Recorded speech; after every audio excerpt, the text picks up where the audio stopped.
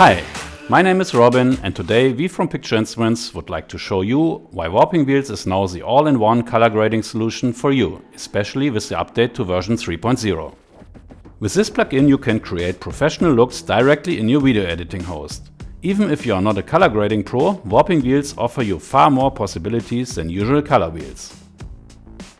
So let's start. BJ will show you how it works. I'm working with Warping Wheels in Premiere today. But after successful installation, you will find the plugin in After Effects and Final Cut Pro X under the Effects section as well. Like any other effect, you simply drag it onto the clip to apply it. After applying, all parameters appear listed in the effect settings.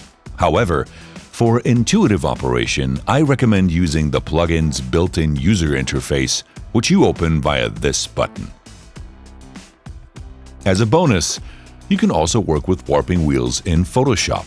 The plugin can be found in the menu under Filter, Picture Instruments. The plugin can be used as a smart filter, so you can readjust effect settings after applying.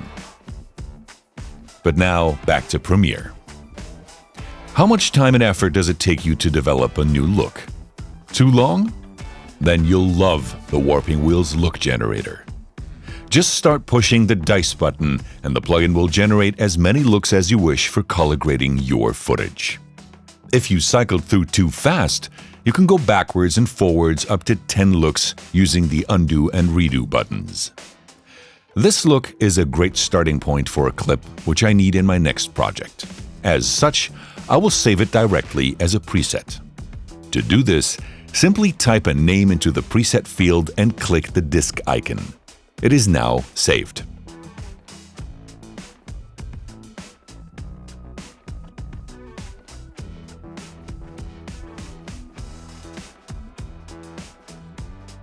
Of course, you can apply the presets across hosts. This means that if you save a preset in Photoshop, After Effects, Premiere, or Final Cut Pro X, you can recall it in any of the other hosts. If you don't like the look of the preset, you can delete it right after loading it by clicking the trash can icon. Of course, you can also export the look as a lookup table using this button and thus build your own LUT library. With the round arrow, you can reset the entire plugin. This is especially useful in Photoshop, where all effects default to the last used settings when opened. Now, let's look at the individual controls in detail. As with the classic color wheels, you can use the master wheel to tint, saturate, desaturate, or change the brightness of the overall image. By dragging the control towards orange and adjusting the saturation and brightness slightly, I can create a warm look in no time. By the way, every single setting in the Warping Wheels can be reset by right-clicking on the corresponding element. With the controls in the wheels for shadows, mids, and highlights, you can tint the corresponding brightness range of the image. There is also a brightness slider for each area. So far, so good. Now, things get exciting. We have arrived at the functions that you might be unfamiliar with from other three-way color correctors. Let's take a look at the gradient I've added to the image to best illustrate what the sliders do. Here, we see the blue turquoise tint of the shadows, the orange tint of the mids, and here on the right, the turquoise green tint of the highlights. With the range slider on the color wheel for the shadows, we can set whether the color changes should affect the dark shadows, the mid shadows, or the lighter shadows. This same precise control applies to the range sliders for the mids and highlights. In addition, you can use the smoothness sliders to set the width of the respective area of influence. If you drag the smoothness slider to the right, you increase the width of the area of influence and thus create a smooth transition. If you move the smoothness slider to the left, you reduce the influence area for the corresponding color wheel. You can also see that the range sliders are moving closer together. When working with a small influence radius, the range slider plays an especially important role. Why? Because depending on the selected brightness setting, not all brightness ranges in the image are covered by the color wheels. This can cause the tints from the color wheel to be barely visible because the radius of influence is so small that it hits brightness values in the image that are barely present or, eventually, not present at all. Below each of the smoothness sliders are the saturation sliders, which you can use to control the saturation of the corresponding brightness ranges. Now we come to the absolute game changer.